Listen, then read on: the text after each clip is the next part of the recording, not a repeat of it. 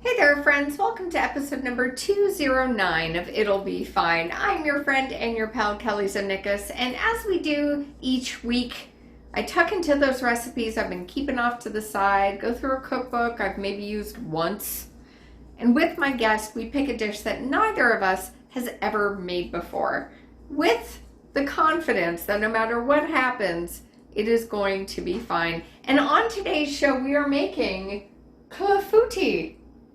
Clafouti. It kind of sounds like a 70s disco song, doesn't it? La Freak. Say Clafouti. I don't know. Anyhow, you get what I'm going with here today. My guest, by the way, in the kitchen, she is zooming in from LA. It is the funny, the fierce, the force that is Carol Newell. She's a fantastic comic and producer, and I'm so glad she is zooming in to help me make Clafouti. Oh, it's going to be fun. Yeah, let's get started. It's going to be fine. It'll be fine. It'll be fine. It'll be fine. It'll be fine.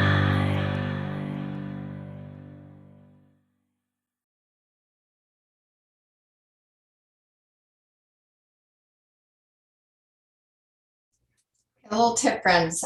You are going to hear us talking today about using confectioner's sugar in this recipe.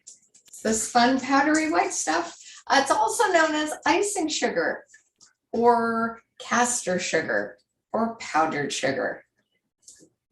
Why it couldn't decide on a name, I don't know. There we go. Hi, How's it going? can you hear me okay? I can hear you perfect. Can you hear me? What's your name again? Steve.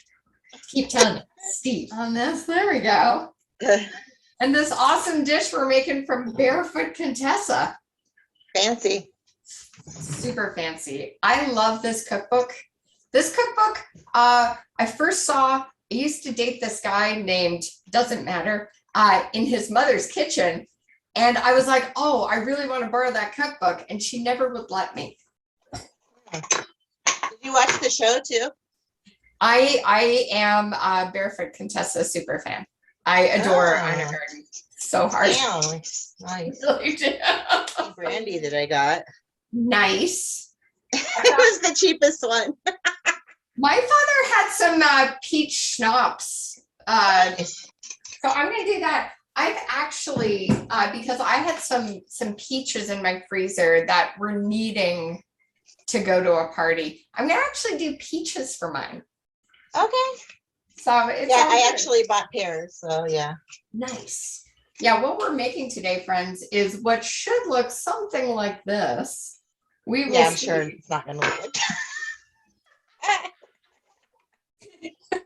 You're gonna be lucky if it's edible. I actually am a very good cook, Okay. but I don't bake, like unless it's like something out of a box, basically. Although I did one time learn how to make a cake, like from scratch with flour and sugar and whatnot, but it was really super easy. So it has to be room temperature. Is it okay if I just nuke it for like 10 seconds? Absolutely. If you're baking something and you have not let the butter set out and get to room temp, definitely put it in the microwave. You can put it over the stove top for a minute, get it a little warmed up. But I love using the old microwave. It's a good little hack. It really is. The only tip I suggest when microwaving your butter or your chocolate, do it in little increments. If it calls for 30 seconds, go like 5, 15, that kind of thing, you know? For sure. Otherwise, you're just gonna get a hot mess. Exactly. Yeah. And burnt chocolate or burnt butter, which is just nasty and no fun. While Carol is doing that, friends, what we will do is get to our ovens and preheat to 375. So that needs to be done. The recipe calls for a circular baking dish, but in all honesty, if all you've got is something like this, it doesn't really matter. Use what you have. There you go. I'm going to go this way. And I didn't even have to buy it. I actually had one. Awesome. That is a good feeling. Oh yeah, I've got to zest my lemon. We need about She says two lemons for a teaspoon. I don't know. I think this will be fine. I think that's a lot. Yeah. Oh, we have a special guest in the background. Oh, that's my sister. We're gonna put in here 1 tablespoon of granulated sugar and just kind of knock it around the pan. So we dust that with a bit of sugar. That's a weird way to do that because usually, like in most cake kind of applications, you're putting flour around the pan, right? Exactly. Yeah. And a little trick a friend taught me recently, my friend Kathy, who was on the show, if she's using like a cake mix, like a cake box mix to do something, she just flours the pan with that cake mix. Yeah, totally. That's a good little trick. But yeah, just like roll this around in here. I am using coconut sugar for this guy. Oh, fancy. Oh, I'm just using regular sugar. that is all good. And I did not get confectioner's sugar. I got powdered sugar. Hopefully. You know what? Same. Is it the It's same? exact same thing. The hell? And that, and we're going to set this aside, all lubed up and sugared, and put this over here. Probably not on the stove though. That's probably not the great place to put it because What's it's not that? right. I What's said that? probably not on the stove though. That's probably not a good place to put it. Yeah, 'cause it'll melt. don't put it there. No. Alright. Put it on a counter. It's on the counter. All right. Be a little bit better. So what we are going to do now is begin the process of making what is essentially, we're putting a pancake in the oven. That's kind of what we're doing. There's a Finnish dish called a panukaku, which is the greatest name, which is basically the same dealio. We're putting a little pancake into our oven. So, Well, we need to zest and we need to peel the pears. yes. So she's got that happening. Once we do these first few things, we're going to mix it and let it set for a few minutes. Oh, we're gonna do the Then- batter first. Okay. Yeah. Then Gotcha. we'll peel our Then fruit. we'll do the fruit. Yeah. Okay. Yeah. I don't want to get out of order. The show's called It'll Be Fine. Even if we don't do things in order, it all works. All right. Okay. So I Into have our bowl. So she calls for this for 3 extra large eggs. I just had large. me too. It's I a- figured I could put 4. that's you're thinking. I'm gonna get a 4. There you go. Yeah, so we're doing that with whisking, mixing it up. Whisking. When do we put the vanilla? Yeah, so next up, that vanilla, the flour, the cream, the zest, the booze, a bit of salt, that is going to go All right. here. Yeah. I didn't zest yet, but I will. How much zest do we need again? We need 1 teaspoon. She says that's from 1 2 teaspoon. lemons. I say bollocks. I don't. Yeah, that sounds unlikely. How much vanilla? Like a cupful? Vanilla needs 2 teaspoons. 2. Oh, That done. Yeah, I've got my little guy here of my zest. I just started going. I think I'm gonna just go with 1 teaspoon. Oh, I this think is that- tablespoon. Shit.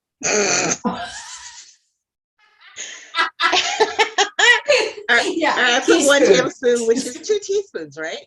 Side of this do we use for zesting? I would use the smaller side. Yeah. This Right. like little cheese grater side? Yeah. Do the little, the little Okay. holes. Yeah. I got my tiny little one. All right. Dumping this in. Our vanilla. All right. Salt is next. Then what do you do with the lemon after you take the zest off of it? Actually, you know what? The zest is not coming off very easily, so maybe it does take 2 lemons. She might be right. Yeah. Barefoot Contessa might be right. It really isn't. It's like hard Yeah, to do. it's like the flour, right? Yeah, next is the flour. So this is looking pretty. So we've gotten here flour, Don't forget salt. and salt. Yes, yes. So as we're putting these things in, again, we're about to mix in the flour, the cream, the vanilla, the lemon zest, the salt, and the booze. We're going to do that. We have to do all the wet stuff first and then add the dry stuff, or does it matter? This has got everything going into the pool together. This is not waiting for the dry and mixing with the wet. We're throw it all in there. I don't know. I don't know. Did you grow up in a house where there was a lot of baking going on, a lot of cooking? Yeah. Well, actually, you know what? Yeah, my mom used to make wedding cakes, like to sell to, for people who had, occasions and whatnot. So I don't know why I never got in on the baking, but yeah. That's wild. I was always in the kitchen. I've been cooking since I was 7. I could make the whole dinner by myself when I was 7. So yeah. Nice. And then what we will do is set this aside for about 10 minutes. Give us while we're time peeling the peel pears, fruit. right? Yeah.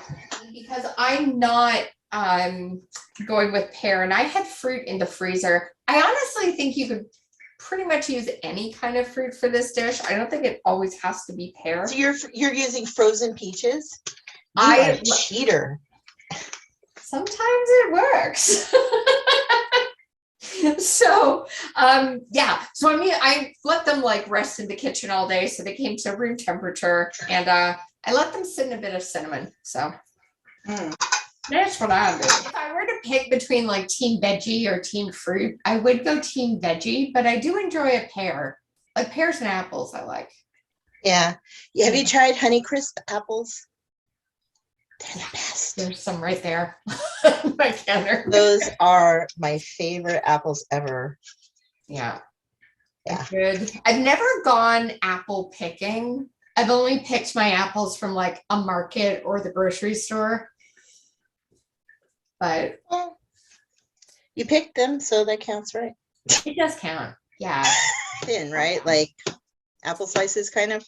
I would do like an apple slice. I'm a fan of like a chunky bite, so I don't mind like a thick bit of pear, but I think in this case, I mean my peaches are pre-cut, but you don't want too big of a thing.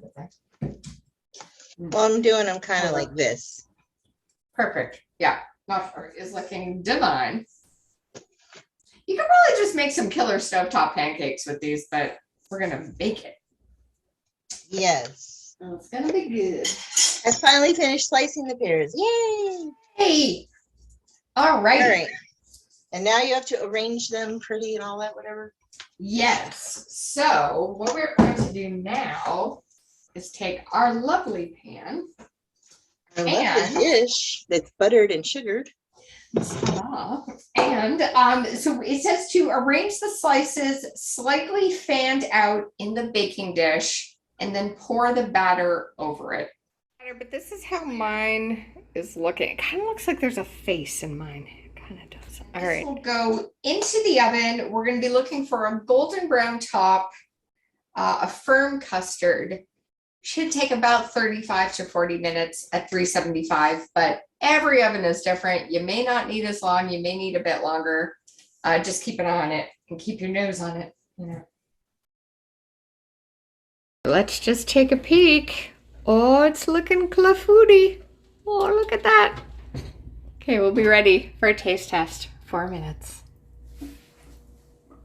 Hey, friends. Hi. So as you can see, we've got that beautiful golden brown color we were looking for. We're just going to do a little bit of a knife test to see if we've got a solid custard. We want a clean knife. It's looking pretty good. We've got a little bit. You know what? I think that's all right. So who's your favorite person you've had on the show? Besides me, of course. Besides Carol, of course. I gotta go with my parents. Really? I gotta go with my parents. They are my favorite people.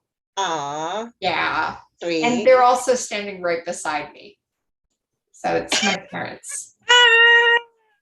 Let's look at Carol's. Oh, that's gorgeous.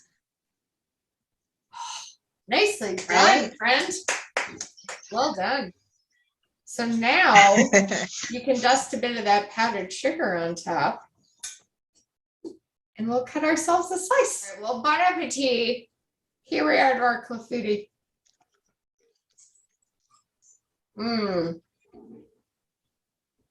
I like this. It's a pancake. What do you think? Like scrambled eggs with pears.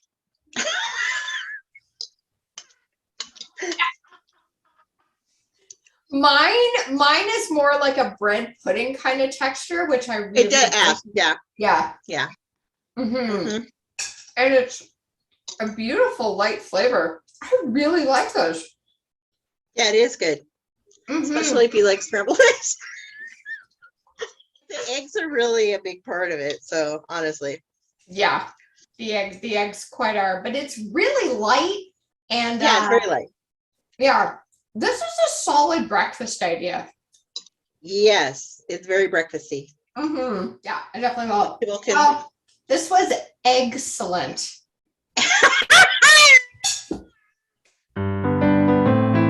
It'll be fine. It'll be fine.